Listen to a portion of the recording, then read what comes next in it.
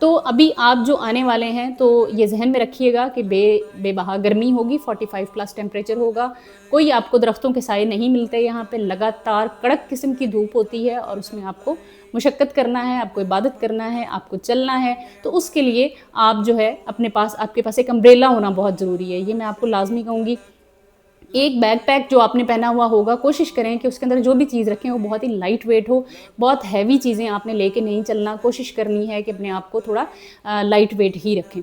ٹھیک ہے. اگر آپ 2 لوگ آ رہے ہیں پاکستان سے تو آپ چیزیں ڈیوائڈ بھی کر سکتے ہیں، لیکن کوشش کریں کہ ہر پرسن کے پاس اپنی ضرورت کی چیزیں، اسپیشلی میڈیسن، سب کے دونوں کے پاس الگ الگ ہونا ضروری ہے. کیونکہ بعض اوقات ظاہری بات ہے جب ہم عرفات میں آ جاتے ہیں تو مرد حضرات اپنے خیمہ کی طرف چلے جاتے ہیں، لیڈیز اپنے خیمہ کی طرف چلی جاتی ہیں، تو سیگریگیشن ہو جاتی ہے، تو پھر وہ کمیونیکیٹ کرنے میں دقت ہوتی ہے. چلیں اب ہم ترتیب سے بات کرتے ہیں کہ ہمیں سن گلاسز کوشش کریں آپ کے پاس لازمی ہو. اگر آپ کی آئی سائٹ ویک ہے تو آپ کی نظر کی اینک ایک آپ نے لگائی ہو، ایک ایکسٹرا آپ کے بیگ میں لازمی موجود ہو، کیونکہ گر سکتی ہے، ٹوٹ سکتی ہے، گم ہو سکتی ہے ان کیس، تو آپ کے پاس یہ چیزیں ہونا ضروری ہیں. پھر آپ سن بلاک کی کوشش کریں کہ سن بلاک جو ہے وہ آپ نے ضرور اپنے بیگ میں رکھنا ہے، جس میں خوشبو نہ ہو، کیونکہ آپ احرام کی حالت میں ہیں. تو سن بلاک خوشبو کے بغیر والا آپ استعمال کر سکتے ہیں، کیونکہ سکن بہت زیادہ ٹین ہو جاتی ہے. تو کوشش کریں کہ اپنے اسکن کا بھی خیال رکھیں. اچھا جی، اب اس میں بڑے بڑے تھرماس جو ہیں وہ لٹکانے کی ضرورت نہیں ہے پانی کے لیے، ان کا ایک بہت ٹھیک ٹھاک ویٹ بن جاتا ہے. لگاتار آپ کو ہر قدم پہ یہاں پہ پانی بٹتا ہوا نظر آتا ہے. سعودی گورنمنٹ جو ہے اور یہاں پہ سعودی لوگ جو ہیں وہ فوڈ ٹرکس بھیجتے ہیں، واٹر ٹرکس بھیجتے ہیں، تاکہ عرفات کے دن جو ہے وہ لوگوں میں تقسیم کر سکیں پانی، خوراک. ٹھیک ہے. تو بہت کچھ فری میں مل رہا ہوتا ہے، تو کچھ بھی آپ کو ایکسٹرا چیزیں اٹھا کے اپنے ساتھ چلنے کی ضرورت نہیں ہے. ٹھیک ہے. اب آپ آئے ہیں حج تمتع کے لیے. ٹھیک ہے. میں آپ لوگوں سے مخاطب ہوں، تو اس میں ہم ترتیب سے حج کے 5 دنوں کی بات کر لیتے ہیں. وہ کچھ اس طرح سے ہوں گے کہ آپ نے 8 ذی الحج جو ہے آپ نے منا میں آ جانا ہے. ٹھیک ہے. یہ آپ کا حج کا پہلا دن ہے. منا میں آپ آ گئے ہیں، آ کے آپ لوگوں کو جو خیمہ ملا ہوا ہے، اگر آپ اپنی گورنمنٹ کی طرف سے آئے ہیں تو آپ کو لازمی طور پہ خیمہ ملے گا. لیکن اگر میں ساتھ تھوڑا سا ان لوگوں کو بھی ایڈریس کر دوں جو اقامہ پہ ہیں، ریزیڈنٹ پرمٹ پہ یہاں پہ موجود ہیں، اور انہوں نے سب سے سستا والا حج کا پیکج چوز کیا جو کہ میں نے چوز کیا تھا پچھلے سال، تو اس میں آپ کو منا میں خیمہ نہیں ملتا. تو ہم سیدھا چلے گئے تھے مسجد خیف میں. خالی پڑی ہوئی تھی، بالکل کوئی رش نہیں تھا. تو پہلی رات ہماری وہاں پہ بڑی زبردست اسپینڈ ہو گئی تھی. تو آپ بھی کوشش کریں گوگل میپ لگائیں اور خیمہ میں اپنے مسجد خیف میں پہنچ جائیں، اور وہاں پہ آپ کے بیٹھنے کا انتظام ہوگا. لیڈیز کی سائیڈ الگ ہے، جینٹس کی سائیڈ الگ ہے. لیڈیز کے ٹوائلٹس الگ ہیں اور جینٹس کے الگ ہیں. تو بڑا اچھا انتظام تھا اور ہمیں بالکل کسی قسم کی پریشانی نہیں ہوئی. اب ہم بات کرتے ہیں جو پاکستان سے آئے ہوئے ہیں، بنگلہ دیش اور انڈیا سے آئے ہوئے ہیں. تو آپ لوگوں کو ملے ہوں گے اپنے اپنے خیماز. آپ نے کیا کرنا ہے کہ اپنے موبائل کے اندر اپنے خیمہ کے باہر جو آپ کا ایڈریس لکھا ہوگا، آپ کے قافلے کا نام لکھا ہوگا. قافلہ مطلب وہی ٹریولنگ ایجنسی جن کے ذریعے جن کو آپ اسائن ہوئے ہیں، یا پھر اگر آپ گورنمنٹ کے انڈر آئے ہیں تو پاکستان کے جھنڈے کی پکچر ہوگی، اس خیمہ کا نمبر ہوگا، اس کی اسٹریٹ کا نمبر ہوگا. یقین کریں کہ یہ جو خیمہ بستی آباد ہوتی ہے یہ بالکل ایک شہر ہوتا ہے، اور یہ ایک بہت ہی مختلف قسم کا شہر ہوتا ہے. تو اس میں آپ بڑا انجوائے کرتے ہیں. بہت ہی میرے لیے تو یہ بہت ہی مجھے 2012 والا اتنے اچھے طریقے سے یاد نہیں تھا، میموری میں فیڈ ہوتا جا رہا تھا ایکسپیرینس، لیکن جو میں نے لاسٹ ایئر ایکسپیرینس کیا دیٹ واز گریٹ. الحمدللہ الحمدللہ. تو آپ نے کیا کرنا ہے، اپنے فون کے اندر اس کی پکچر بنا لینی ہے، کیونکہ بہت سارے لوگ ہوتے ہیں جن کو سارے خیمے ایک جیسے لگ رہے ہوتے ہیں. انسان باہر نکلتا ہے کبھی کبھار تھوڑا وہ مس پلیس بھی ہو جاتا ہے کہ بھائی کتھوں آئے سی، کدھر گئے سی. تو وہ چیزیں جو ہیں وہ آپ کو دقت میں ڈال سکتی ہیں. ایک اور کام میں آپ لوگوں کو کہوں کہ جب آپ لوگوں کو خیمہ میں پہنچا دیا جائے گا، 8 ذی الحج کو آپ اپنے خیمہ میں آ چکے ہیں. 8 ذی الحج کو آپ نے ظہر عصر یعنی کہ 8 ذی الحج کو آپ تقریباً 8-9 بجے فرض کیا اپنے خیمہ میں آ گئے ہیں. ٹھیک ہے. اپنے اپنے ہوٹلوں سے آپ لوگ خیمہ میں پہنچ جائیں گے، منا میں پہنچ جائیں گے، اور آپ آ کے یہاں پہ ظہر عصر مغرب عشاء ادا کریں گے. آپ نے کیا کرنا ہے، اس خیمے میں بیٹھ کے اپنے آپ کو یا اپنے بچوں کو یا اپنے ریلیٹیوز کو اپنی لوکیشن سینڈ کر دیں. ٹھیک ہے. وہ لوکیشن سینڈ کرنے کا مقصد یہ ہے تاکہ جب آپ خیمہ سے باہر نکلیں، آپ ادھر ادھر کہیں پہ بھی جائیں، تو اگر آپ کو اپنے خیمہ کا رستہ بھول جاتا ہے، آپ کو سمجھ میں نہیں آ رہی کہ آپ کہاں سے آئے تھے، آپ کو کدھر کو جانا ہے. میں نے اتنے لوگوں کو لاسٹ دیکھا وہاں پہ، اور کتنے لوگوں کو میں نے گائیڈ کرنے کی کوشش بھی کی، لیکن وہ بہت کنفیوز ہو رہے تھے کہ ہمیں یاد ہی نہیں ہے کہ ہمارا خیمہ کدھر ہے. ہم جتنے گھنٹوں سے باہر ہی پھرے جا رہے ہیں کیونکہ ہمیں ہمارا خیمہ ہی نہیں مل رہا. سارے خیمے ایک جیسے ہیں. اور ہمیں بالکل یاد نہیں ہے کہ ہم کدھر سے آئے تھے. تو اس کا سب سے بہترین حل یہ ہے کہ آپ اپنے خیمہ میں جائیں اور جا کے اپنے اس کرنٹ لوکیشن جو آپ کی ہوتی ہے, لائیو لوکیشن نہیں بھیجنی, کیونکہ لائیو لوکیشن ہوتی ہے مخصوص ٹائم پیریڈ کے لیے, جو کرنٹ لوکیشن ہوتی ہے وہ آپ کی لانگ ٹائم کے لیے رہتی ہے, مطلب رہتی ہے. اس لیے میں نے اپنی پریویس ویڈیو میں آپ لوگوں کو اس بات کے اوپر بہت ہی ایمفسائز کیا ہے کہ اپنے پیرنٹس کو لوکیشن سینڈ کرنا سکھائیں, پھر ان کو گوگل میپ یوز کرنا سکھائیں کہ بھائی گوگل میپ کیسے یوز کر کے آپ گم ہونے سے بچ سکتے ہیں. یہ بہت سی ایسی چھوٹی چھوٹی باتیں ہیں جن کی پریکٹس اگر آپ نے شروع سے کر رکھی ہے تو آپ کو دقت نہیں ہوگی. اچھا, یہ جیسے اب آپ کو اسکرین پہ نظر آ رہا ہے, میں اور میری دوست ہم دونوں ہمیشہ یہی کام کرتے ہیں. ہم جب بھی مکہ جاتے ہیں, ہم جب بھی مدینہ جاتے ہیں, ہم نے اپنے ایڈریس کو سیو کرنا ہے بجائے اس کے کہ ہم چیک کریں. وہ اکثر ایڈریسز جو ہوتے ہیں وہ عربک میں لکھے ہوتے ہیں, وہ ہمیں صحیح سے سمجھ نہیں آتے, گوگل میپ پہ ان کو سرچ کرنا ہمارے لیے مشکل ہو جاتا ہے. تو ہم نے اس کا ایک ہی حل نکالا ہے کہ ہم ایک دوسرے کو لوکیشن سینڈ کر دیتے ہیں. اس سے فائدہ یہ ہوتا ہے کہ ہم ایگزیکٹلی اسی پوائنٹ پہ پہنچ جاتے ہیں. یہ دیکھیں, یہ ہے مسجد خیف. ہم لوگ جب یہاں پہ آئے تو ہم نے آتے ہی سب سے پہلے جو ہے مسجد خیف کی لوکیشن ایک دوسرے کو سینڈ کر دی. اس سے یہ ہوا کہ ہم جب مسجد خیف سے باہر بھی نکلے تو ہمیں دقت نہیں ہوئی. یہ دیکھیں, یہ لیڈیز کا سیکشن تھا اور یہ ہم لوگ یہاں پہ آئے ہوئے تھے, اور یہاں پہ دیکھیں سارے یہ وہ لوگ ہیں جن کو خیمہ نہیں ملا تھا.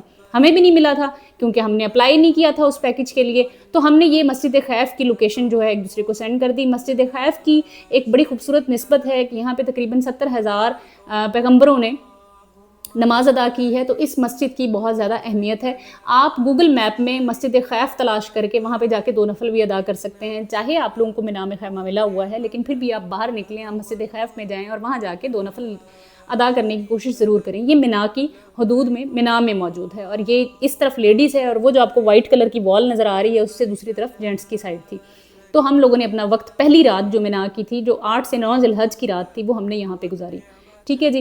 اور یہ جو میری چیزیں پڑی ہوئی ہیں جو کہ میں اپنے ساتھ لے کے آئی تھی, اور یہ دیکھیں کہ میں نے اپنی یہ دیکھیں پانی کی بوتل, وٹامن سی کی ٹیبلٹس, وہ آپ کو کیپ نظر آ رہی ہے, میرا کراس باڈی بیگ ہے. میں کشن جو ہے کوشش کرتی ہوں کہ لازمی ایک چھوٹا سا اپنے بیک پیک کے اندر کشن رکھوں تاکہ نکال کے اس کے اوپر بیٹھ سکوں. امبریلاز ہیں.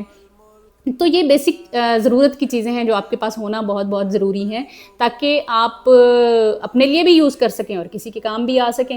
تو لوکیشن ایک دوسرے کو سینڈ کر دیں, یہ چیز ہو سکتی ہے. ٹھیک ہے. اور ہاں جی, یہ دیکھیں اگر آپ مینا میں باہر نکلیں تو یہ دیکھیں پانی کی جگہ جگہ انہوں نے انتظام, لوگوں کے پاس امبریلاز ہیں. ٹھیک ہے. لوگوں کے پاس یہاں پہ جو ان کی گورنمنٹ ہے اس نے جگہ جگہ پانی کا انتظام کر رکھا ہے. کوشش پوری کرتی ہے سعودی گورنمنٹ, لیکن پھر بھی اتنے بڑے رش کو ہینڈل کرنا یہ آسان ٹاسک نہیں ہے. ہم بہت جلدی غصہ ہو جاتے ہیں, بہت جلدی گورنمنٹ ان کی جو ہے اس کو بھی باتیں کرنے لگ جاتے ہیں. لیکن میرے خیال میں اس میں ایک دوسرے, یہ دیکھیں یہاں پہ ماشاءاللہ رش چیک کریں. یہ دیکھیں, یہ ہے مینا, اور یہ اتنا خوبصورت شہر ہے جو صرف 5 دن کے لیے, خصوصی طور پہ 3 راتوں کے لیے یہ آباد ہوتا ہے. اور یہاں پہ لوگوں کا سیلاب ہے. اس سیلاب کو منظم طریقے سے رکھنا, حادثوں سے بچنا, یہ ساری رسپانسبلٹی جو ہے وہ سعودی گورنمنٹ کی ہوتی ہے. وہ حتی الامکان کوشش کرتے ہیں, لیکن اس میں ہمارا خود کا اویئر ہونا ہر چیز کو لے کے بہت بہت بہت ضروری ہے. تو اس لیے پلیز اپنے پیرنٹس کو یہ بھی سکھائیں, یا اپنے عزیزوں کو جو فون کے ساتھ اتنے فرینڈلی نہیں ہیں, جو اینڈرائڈ فون کے ساتھ اتنے فرینڈلی نہیں ہیں, ان کو یہ سکھائیں کہ گوگل میپ کو کس طرح سے استعمال کرنا ہے, لوکیشن کس طرح سے سینڈ کرنی ہے. کیونکہ یہاں پہ آ کے لوگ لازمی طور پہ گمشدہ ہو جاتے ہیں اور پھر ایک دوسرے کو ملنا واپس بہت مشکل ہے. لیکن اگر صحت سلامت ہو تو پھر آپ کے لیے ایسی مشکلات پر قابو پانا آسان ہے. لیکن اگر آپ کی صحت کمزور ہے, آپ ڈیپینڈنٹ ہیں اور آپ گم بھی گئے ہیں, تو یقین کریں کہ وہ پھر بہت ہی مشکل ہو جاتی ہے, بہت مشکل ہو جاتی ہے. تو بجائے اس کے کہ آپ کے پیرنٹس کو, آپ کے عزیزوں کو مشکل ہو, آپ ان کی ٹریننگ کر کے بھیجیں. اتنا تو ہم کر ہی سکتے ہیں نا کہ ہم ان کو سکھائیں کہ بھائی آپ نے گوگل میپ کیسے یوز کرنا ہے اور لوکیشن کیسے ایک دوسرے کو سینڈ کرنی ہے, وائس نوٹس کیسے کرنے ہیں, میسنجر پہ کال کیسے کرنی ہے. اچھا, ایک اور چیز میں نے یہ مجھے بڑی دقت ہوئی. میری پھپھوزاد بہن جو ہیں وہ اور بھائی, وہ لاسٹ ایئر حج کرنے کے لیے یہاں پہ آئے. وہ پاکستان گورنمنٹ کی طرف سے آئے, اور ان کے جو یو فون کے نمبر تھے, جو بھی ٹیلنور کا نمبر تھا, جیز کا نمبر, واٹ ایور جو پاکستان میں استعمال ہو رہے تھے, اس میں میرے خیال میں انٹرنیشنل رومنگ سٹارٹ ہو گئی تھی, کروا دی تھی انہوں نے. جو ان کا گروپ تھا, جو کیمپ تھا, جو گورنمنٹ کی طرف سے وہ جب یہاں پہ آئے تھے تو انہوں نے کوئی یہاں کے نیٹ ورک کی سم نہیں لی. انہوں نے کہا جی ہمارے تو وہی والے نمبر وہاں پہ چل رہے ہیں جو پاکستان میں تھے. اور میں نے اتنی کوشش کی ان کو کال کرنے کی, اتنی کوشش کی کال کرنے کی کہ میں اپنی کزن سے مل سکوں, اپنے بھائی جان سے مل سکوں, لیکن میں نہ مل سکی. ریزن کیا تھی کہ ایک تو ان کے پاس میسنجر میں نے آ کے کہہ کے انسٹال کروایا. She was trying to call me on WhatsApp, اور واٹس ایپ پہ کال نہیں ہوتی تھی. پھر ان کو اس طرح سے وائس نوٹ سینڈ کرنے کی پریکٹس نہیں تھی. آلدو وہ پڑھنا لکھنا جانتی ہیں لیکن وہ سادہ طبیعت کی تھیں, وہ اینڈرائڈ فرینڈلی نہیں تھیں, تو ان کو بہت زیادہ دقت کا سامنا ہوا. اور پھر یہ ہے کہ ان کا فون نمبر بھی نہیں لگ رہا تھا. میں نے انٹرنیشنل منٹس بھی پرچیز کر کے ان کے نمبر پہ کال کرنے کی کوشش کی تھی. میں نے بے تحاشا کوشش کی کہ میں ان کے ساتھ رابطہ کر سکوں, اور وہ جانتی بھی ہیں اس بات کو, اور پھر اس بات پہ ہم دونوں پریشان بھی بہت ہوئے تھے. تو اس لیے میں اپنا یہ ایکسپیرینس شیئر کر رہی ہوں کہ آ کے یہاں کے لوکل نیٹ ورک کی سم ضرور لیں, تاکہ آپ کو رابطہ کرنا پڑے تو آپ کا نمبر بند نہ جائے, کسی کو بھی آپ سے رابطہ کرنے میں دقت نہ ہو. انٹرنیٹ کا پیکیج لازمی لگوا لیں. جتنے دن کے لیے آپ آئے ہیں آپ ان لمیٹڈ والا انٹرنیٹ لگوائیں, اس کے اوپر پیکیج لگوائیں, اور اپنا نمبر لازمی طور پہ, کیونکہ آپ کے پاسپورٹ پہ آپ کو ایک عدد سم مل جاتی ہے, تو سم لینے میں کنجوسی ہرگز مت کریں, کیونکہ اگر آپ کا رابطہ رہے گا سب کے ساتھ تو پھر بہت آسانی ہوگی. لوگ آپ کے کام بھی آ سکیں گے, آپ کو گائیڈ بھی کر سکیں گے. لیکن اگر آپ رابطے میں ہی نہیں ہیں, بالکل گمشدہ ہو گئے ہیں, تو پھر بہت زیادہ دقت ہو سکتی ہے. ٹھیک ہے, یہ دیکھ لیں جی آپ لوگوں کا جو رش ہے. یہ مسجد خیف کی لوکیشن ہم نے ایک دوسرے کو سینڈ کر لی تھی. تو اس طرح سے چھوٹی چھوٹی چیزوں کی پریکٹس آپ نے بہت ضروری ہے کہ وہ آپ کو کرنا آنی چاہیے. جیسے کہ آپ دیکھ سکتے ہیں یہ 2024 کے حج کے مناظر ہیں. مینا کی رات کا پہلی رات ہے, یہ اس کا منظر ہے. تو یہ دیکھیں کہ ان کے سیکیورٹی کی کنٹینیوسلی ٹریننگز ہو رہی تھیں, اور وہ کنٹینیوسلی گروپس کی فارم میں جا کے لوگوں کو گائیڈ کر رہے تھے. لیکن ظاہری بات ہے کہ ہمارا لینگویج بیریئر ہوتا ہے, ہمیں عربک بولنی نہیں آتی, ان کو ہماری زبان سمجھ میں نہیں آ رہی ہوتی, تو بہت دقت ہوتی ہے. تو باقی یہ ہے کہ اگر گروپ کی فارم میں بھی آپ آئے ہیں, یا اگر فرض کیا آپ کے پیرنٹس آ رہے ہیں اور کوئی ینگسٹر ان کے گروپ میں موجود ہے جو کہ آج کے دور سے ہے اور وہ اینڈرائڈ فرینڈلی ہے, تو کوشش کریں کہ پلیز ایک دوسرے کے کام ضرور آئیں. کوئی بھی یہاں پہ آ کے یہ نہ سمجھے کہ یہ جو دو بزرگ میرے ساتھ ہیں یہ میرے پیرنٹس نہیں ہیں یا میرے جاننے والے نہیں ہیں تو میں ان کے کام نہ ہوں. ایسا مت کریں. اگر آپ ینگ ہیں, آپ اکیلے آ رہے ہیں, اور آپ کے گروپ میں کچھ بزرگ افراد ہیں, تو آپ کوشش کریں کہ ان کی ذمہ داری لے لیں. یقین کریں آپ کو بہت زیادہ اجر ملنے والا ہے اس کا, اتنا کہ جس کا آپ نے سوچا بھی نہیں ہوگا. ایک دوسرے کے کام آئیں. اور حج میں تو ویسے ہی ہر ایک چھوٹی سی چھوٹی جو بات ہے, چھوٹی سے چھوٹا عمل جو ہے, جو اچھا عمل ہے, اس کا ثواب بہت بہت زیادہ ہے. اور دوسری بات یہ ہے کہ آپ نے حج میں صبر ضرور کرنا ہے. صبر از دا کی, کیونکہ اس میں آپ کو بتاؤں کہ ایک ہیومن بیہیویئر ہے. جب آپ سٹریس میں آتے ہیں, جب آپ مشکل میں آتے ہیں, تو آپ کو غصہ آتا ہے. چھوٹی چھوٹی بات پہ غصہ بھی لوگوں کو آ رہا ہوتا ہے. آپ نے غصہ آپ کو آئے گا, میں یہ نہیں کہہ رہی کہ آپ کو نہیں آئے گا, لیکن آپ نے اس پہ صبر کرنا ہے, اور آپ کو صبر کا ثواب جو ہے وہ بہت زیادہ ملے گا انشاءاللہ تعالیٰ. تو یہ مسجد خیف میں اپنے دروازے سے باہر نکل کے تو میں نے یہ منظر کیپچر کیا تھا, اپنی فیملی کے لیے کیا تھا. اس وقت میں یوٹیوب پہ نہیں تھی, میں نے نہیں سوچا تھا کہ آج میں یہ پبلکلی بھی شیئر کر رہی ہوں گی. اٹ واز گڈ ایکسپیرینس, الحمدللہ الحمدللہ. تو یس, یہ ہیں کچھ باتیں مینا کو لے کے. تو 8 ذی الحج کو جو ہے ہم لوگ آ گئے تھے مینا میں. ہم نے ظہر عصر مغرب عشاء پڑھی, اور اس کے بعد ہمیں مینا میں آپ کو رات سپینڈ کرنا بہت ضروری ہے. آپ کے ہر گروپ میں مفتی ہوگا. آپ کو اگر کوئی مسئلہ ہے, آپ کو کوئی پریشانی ہے, آپ کو کوئی کلیئرنس نہیں ہے, کنفیوژن ہے, تو آپ اپنے مفتی سے رابطہ کر سکتے ہیں, تاکہ آپ کو اتھینٹک نالج جو ہے وہ مل سکے, اور آپ کسی قسم کی غلطی کا جو ہے احتمال نہ کریں, اس سے بچ جائیں, اور آپ کا حج جو ہے وہ صحیح طریقے سے ادا ہو. تو ہم لوگ جو ہیں یہاں پہ 8 سے 9 کی رات ہم لوگوں نے یہاں پہ مینا میں سپینڈ کی. اور اکارڈنگ ٹو دا رول یہ ہے کہ 9 ذی الحج کو فجر کی نماز پڑھ کے جب سورج طلوع ہو رہا ہوگا تو ہم روانہ ہوں گے عرفات کی طرف. لیکن اس میں ایک چیز یہ ہوئی تھی کہ میں جس گروپ کے ساتھ آئی تھی, جس قافلہ کے ساتھ آئی تھی, ان کی بس نکل گئی رات کو 11:30 بجے عرفات کی طرف. تو میں بڑی کنفیوز تھی. مجھے تھا کہ جو میں نے حج کا طریقہ دیکھا ہے اس کے مطابق مجھے فجر کی نماز پڑھ کے نکلنا ہے, اس سے پہلے نہیں نکلنا. تو how can I go at رات کے 11:30 بجے. تو میرے ساتھ بہت ساری خواتین تھیں جو چلی گئی تھیں کہ ہمیں چلنے میں بہت دقت ہوگی, ٹیمپریچر جو ہے وہ 50 کے قریب ہو جائے گا, اور تقریباً 17-18 کلومیٹر کی وہ واک تھی. تو انہوں نے کہا کہ اس واک کی بجائے ہمیں بس کی فیسلٹی ہے تو ہم بس سے چلے جاتے ہیں. تو اگر آپ کے گروپ میں کوئی مفتی صاحب ہیں تو پلیز آپ ان سے پوچھ لیں کہ کیا اس طرح کی تبدیلی کی گنجائش ہے کہ اگر فجر کے بعد نکلنے کا کہا گیا ہے اور ہم رات کو 11:30 بجے ہی نکل جائیں تو کیا اس سے ہمارے حج کے مناسک جو ہیں وہ ڈسٹرب تو نہیں ہوں گے, ہمارے حج کی ادائیگی میں غلطی تو نہیں ہوگی. تو میں مطمئن نہیں تھی, میں بالکل بھی سیٹسفائیڈ نہیں تھی. میں نے اپنی دوست سے کہا ہمت کر سکتی ہو تو کرو, ہم لوگ رکیں گے اور ہم فجر کے بعد ہی نکلیں گے. میں رات کو 11:30 بجے نکلنے کو پریفر نہیں کرتی, کیونکہ 8 سے 9 کی رات آپ کو مینا میں ہی سپینڈ کرنی ہے اور 5 نمازیں آپ کو ادا لازمی کرنی ہے.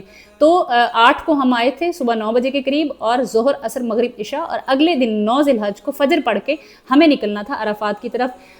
جزاک اللہ ٹو مائی فرینڈ کہ وہ اس نے میرے ساتھ ایگری کیا اور ہم نے وہ رات سپینڈ کی, ہم نے فجر پڑھی, اور فجر پڑھ کے ہم صبح 4-4:30 بجے ہم عرفات کی طرف نکل پڑے تھے. میں اب آپ کو دکھاتی ہوں اگلا منظر. یہ دیکھیں جی کتنا زیادہ رش ہے, اور یہاں پہ ہم لوگ نکل پڑے. یہ دیکھیں ہمارے ساتھ لاکھوں ہزاروں لاکھوں جو حجاج تھے تلبیہ پڑھتے ہوئے, ایک ہی لباس میں, ایک ہی جو ہے اللہ کا ذکر کرتے ہوئے, یہاں پہ سب فل والیوم میں اونچی آواز میں لبیک اللہم لبیک ہم پڑھتے جا رہے تھے. اور یہ میں نے ویڈیو بنا کے اپنے گھر والوں کو بھیجی تھی, اور یہ صبح کا وقت ہے اور بالکل ٹریفک کو کنٹرول کیا جا رہا تھا, بالکل ایسے جیسے ریڈ سگنل پہ گاڑیاں رکتی ہیں تو حجاج بھی رکے تھے. یہ تقریباً 18 کلومیٹر کی واک بنی تھی. مینا سے لے کے عرفات تک جانے کا یہ سفر جو ہے میں نے اور میری دوست نے ہم نے پیدل طے کیا تھا. یہ ایک مکمل ٹریک ہے واک کرنے کا, اور اس کے اوپر آپ واک کرتے ہوئے جاتے ہیں. ٹیمپریچر جو ہے وہ گریجولی بڑھتا جا رہا تھا, and it turn to around 45 plus, اور ہم لوگ 10 بجے کے قریب تقریباً عرفات میں پہنچے تھے. یہ میرے بیٹھنے کی جگہ تھی جو مجھے اسائن تھی, میرا نام لکھا ہوا تھا, اور میرا جو چھوٹا سا صوفہ کم بیڈ جو تھا وہ میرے پاس اویلیبل تھا. کھانے شانے کا مکمل انتظام تھا, ہر طرح کی سہولت ہمیں موجود تھی. بہت سارے لوگ تو یہاں پہ 4 بجے بسوں سے ہی آ چکے تھے, 4 بجے سے بھی پہلے آ چکے تھے. بٹ میں نے آپ کو بولا نا کہ میں نے اس چیز کو مناسب نہیں سمجھا کہ میں بس سے آؤں, میں پیدل آئی تھی, اور ہم لوگوں نے یہ ساری واک کی. اور اللہ کے نبی نے بھی پیدل چل کے حج کیا تھا, تو ہم نے بھی تھوڑا سا ان کو کاپی کرنے کی کوشش کی. الحمدللہ اللہ قبول کرے. تو ہم لوگ بائی واک جو ہے وہ عرفات میں اپنے خیمے تک پہنچے تھے. یہ خیمہ بھی جو ہے ہمیں اسائن تھا. یہ آپ کو مندی نظر آ رہی ہے, یہ پرنس محمد بن سلمان کی طرف سے جو ہے تمام حجاج کا ایک کھانا جو ہے وہ ہوتا ہے, اور یہ اس سے زیادہ ڈیلیشیس مندی میں نے نہیں کھائی. عرفات کا یہ دن ہے اور یہاں پہ سب لوگ جو ہے اپنی اپنی جگہوں میں موجود ہیں. اچھا اس میں اب بہت ڈی ہائیڈریٹ ہو گئے تھے, اتنے ڈی ہائیڈریٹ ہو گئے تھے کہ I can not tell you. لبن پی پی کے تو ہم نے اپنے آپ کو ہائیڈریٹ رکھا تھا, کیپ پہنی ہوئی تھی, سن گلاسز تھے, اور کنٹینیوسلی چلنا تھا. اور اس میں یقین کریں بہت سارے لوگ ایسے تھے جو گر رہے تھے, بہت سارے لوگ تھے جو بے ہوش ہو رہے تھے, اور ہم لوگوں نے اپنے آنے کے اس وقت میں کوشش کی کہ ہم دوسروں کے کام آئیں. ایک آنٹی تھیں, میرے خیال میں مصر سے تھیں یا کہاں سے تھیں, وہ میرے بالکل سامنے ہی وہ فینٹ ہو گئیں اور وہ گر گئیں. پھر ان کو ہوش میں لانے کے لیے ہم ظاہری باتیں وہیں بیٹھے رہے. ہم نے ان کو میرے ہاتھ میں وہی ہاتھ والا پنکھا تھا, میں نے ان کو بہت زیادہ ہوا دی, ان کے چہرے پہ پانی کے چھینٹے مارے. جب انہوں نے آنکھیں کھولیں ہم نے ان کو پانی پلایا, ان کا فون پکڑا. وہ اپنے بیٹے کے ساتھ تھیں اور وہ اپنے بیٹے سے الگ ہو چکی تھیں. ہم نے ان کے بیٹے کو کانٹیکٹ کیا. پرابلم یہ تھی کہ اس کو انگریزی نہیں آتی تھی, پھر وہ آنٹی کو بڑی مشکل سے بولنے میں مجبور کیا. پھر ان کے بیٹے کو ہم نے لوکیشن سینڈ کی, ان کا بیٹا آیا اور ہم نے ان کی والدہ ان کے حوالے کی. تو کوشش کریں اگر آپ میں تھوڑی بہت بھی انرجی ہے تو دوسروں کے کام آنے کی کوشش کریں. حج میں اپنا بہت زیادہ خیال رکھیں, اور اپنے ارد گرد اگر کسی کے کام آ سکیں تو ضرور آئیں. یہ بالکل بہت بڑی نیکی ہے اور وہ اللہ آپ سے کرواتا ہے. تو اگر اللہ نے آپ کو موقع دیا ہے تو اس کو ضرور کریں, اور اپنا خاص طور پہ بہت زیادہ خیال رکھیں. اور جناب اچھا جی, اب آپ نے یہاں پہ عرفات میں آپ موجود ہیں, آپ نے دن گزار لیا. آپ نے ظہر اور عصر کی نماز جو ہے وہ ایک اذان ہوگی اور 2 اقامت ہوتی ہیں, اور آپ نے جمن کسرن ادا کرنی ہوتی ہے. مجھے ایگزیکٹلی وہی والے لفظ نہیں آتے, لیکن کسر کر کے آپ نے ادا کرنی ہے. ظہر اور عصر کی نماز اکٹھی ادا کرنی ہوگی. اور اس کے بعد وقوف عرفات, یہ ایک ایسا سٹیپ ہے جو حج کا سب سے لازمی رکن ہے. اگر آپ 9 ذی الحج کو یہاں موجود نہیں ہیں, آپ نہیں پہنچ سکے, خدا نخواستہ, تو آپ کا حج قبول نہیں ہوگا. کیونکہ حج وقوف عرفات کا نام ہی حج ہے, کیونکہ آپ کو عرفات میں جو ہے وقف کرنا, سٹے کرنا از مینڈیٹری. کوشش کریں کہ ٹائملی پہنچنے کی کوشش کریں, اور یہ سٹیپ ہرگز اسکپ نہ ہونے دیں. اچھا، ایک اور صورتحال ہے کہ اگر آپ ایک دوسرے سے الگ ہو جاتے ہیں، اگر آپ ایک دوسرے سے آپ دور ہو جاتے ہیں، آپ کی گم ہو جاتے ہیں، تو پینک نہیں کرنا. آپ نے اپنے پیرنٹس کی، اپنے بہن بھائیوں کی، عزیزوں کی یہ ٹریننگ بھی کرنی ہے کہ بھائی اگر آپ ایک دوسرے سے الگ ہو گئے ہو تو پینک تو بالکل بھی نہیں کرنا، اور آپ نے صرف ایک دوسرے کے ساتھ رابطے میں رہنا ہے، ایک دوسرے کو اپنی لوکیشن بھیج دینی ہے. آپ نے اپنا فوکس عبادت پہ رکھنا ہے. آپ نے یہ نہیں کرنا کہ ہم ذرا پہلے ایک دوسرے کو ڈھونڈ لیں تو باقی کی بعد میں دیکھی جائے گی. جو اہم کام ہے وہ یہ ہے، حج کے 5 دن یہ بہت ہی امپورٹنٹ ہے. آپ اس میں کوئی بھی سٹیپ سکپ نہیں کر سکتے. آپ ایک دوسرے کے ساتھ فون پہ رابطہ ضرور کر لیں، لیکن کوشش کریں کہ آپ اپنا دھیان جو ہے عبادت پہ لگائیں. تسلی ضرور کر لیں کہ ایک دوسرے کو مل گئے ہیں. اچھا جی، پھر اس کے بعد آپ نے عرفات میں مغرب نہیں پڑھنی، ٹھیک ہے. یہ رول ہے کہ سورج غروب ہونے پہ آپ عرفات سے نکل پڑیں گے. یہ انہوں نے ہمیں ایک پیک ہوا گدا دے دیا تھا، ایک تکیہ دے دیا تھا. مزدلفہ ایک وہ جگہ ہے جہاں سے جا کے آپ نے کنکریاں اکٹھی کرنی ہیں اور آپ نے کھلے آسمان کے نیچے رات گزارنی ہے. وہاں پہ آپ نے مغرب کے 3 فرض پڑھنے ہیں، اور پھر اس کے بعد عشاء جو ہے اس کے آپ 2 رکعت نماز پڑھیں گے. اور ایز پر روایت حضرت محمد صلی اللہ علیہ وسلم نے 2 فرض عشاء کے پڑھ لیے تھے، پھر وہ سو گئے تھے، انہوں نے ریسٹ کیا، پھر جاگے، پھر انہوں نے 3 وتر ادا کیے.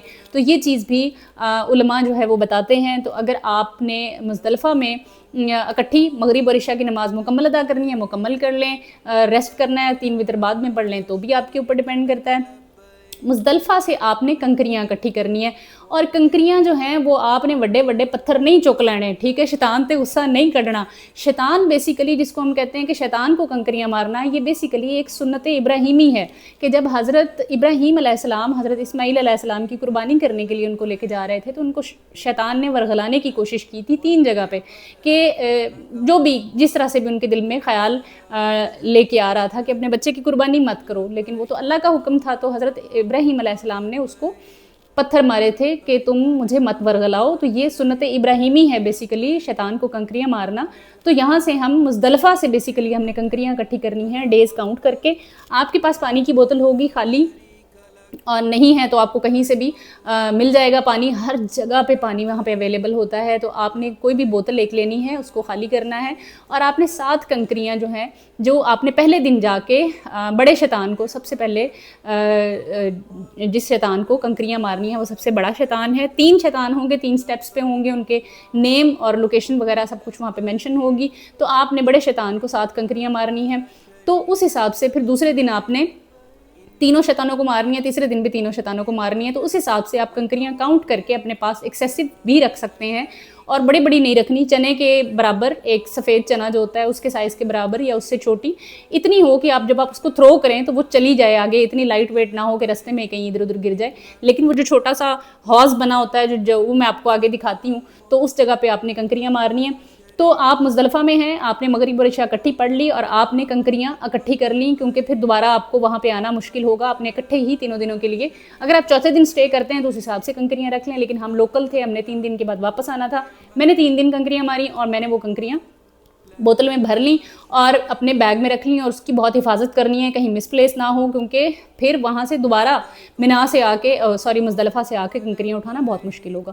تو ہم لوگ مزدلفہ میں ساری رات گزار کے تو فجر کے بعد ہم روانہ ہو جاتے ہیں شیطان کو کنکریاں مارنے کے لیے. تو اس سے آگے جو ہے ویڈیو میرے خیال میں یہ کافی لمبی ہو گئی ہے، 28 منٹ ہو گئے ہیں. تو اب باقی کی جو میرا ایکسپیرینس ہے اس کے بہاف پہ میں آپ لوگوں سے باقی باتیں اگلی ویڈیو میں شیئر کروں گی. تو آئی ہوپ کہ آپ کو اس ویڈیو سے کچھ نہ کچھ نالج ملا ہوگا، اور پلیز اس کو ان لوگوں سے ضرور شیئر کریں جو 2025 میں اللہ کے گھر کا حج کرنے کے لیے آنے والے ہیں، تاکہ آپ کسی کے کام آ سکیں. ضروری نہیں ہے کہ آپ اگر نہیں آ رہے تو یہ ویڈیو کسی کے ساتھ شیئر نہ کریں. آپ پلیز ان ویڈیوز کو اپنے گروپس میں شیئر کریں، اپنے فیس بک پیجز پہ شیئر کریں، اپنے جو بھی آپ کے پاس جو سوشل میڈیا ہینڈلز ہیں ان کے اوپر شیئر کریں. پلیز صدقہ جاریہ کے طور پہ شیئر کریں، کیونکہ پچھلے سال بہت سارے لوگوں کو اویئرنیس نہ ہونے کی وجہ سے بہت زیادہ دقت کا سامنا ہوا، صحت کے حوالے سے پریشانی کا سامنا ہوا. پچھلے سال نہیں، یہ تو خیر سلسلہ تا قیامت چلتا رہے گا کہ لوگوں کو مشقت میں دقت ہوتی ہے. تو لیکن اس پہ اوور کم تو کیا جا سکتا ہے نا. تو بجائے اس کے کہ آپ کے پیارے مشکل میں آئیں, آپ ان کی ٹریننگ کر کے گھر سے بھیجیں. یہ سارا جو فرض ہے سعودی حکومت کا نہیں ہے, یہ فرض آپ کا ہے, میرا ہے, اور ان لوگوں کا ہے جو یہ ایکسپیرینس کر چکے ہیں. تو یہ ہمارے اوپر ذمہ داری آتی ہے کہ ہم دوسروں کے کام آئیں, اور نئے آنے والے جو لوگ ہیں جو پہلی بار اللہ کے گھر آنے لگے ہیں, تو ہمارے نالج کی وجہ سے کہیں نہ کہیں ان کا فائدہ ہو جائے. تو اب اگلی ویڈیو میں آپ سے ملتے ہیں, تب تک اپنا بہت زیادہ خیال رکھیں, دعاؤں میں یاد رکھیں. جزاک اللہ خیر, اللہ حافظ.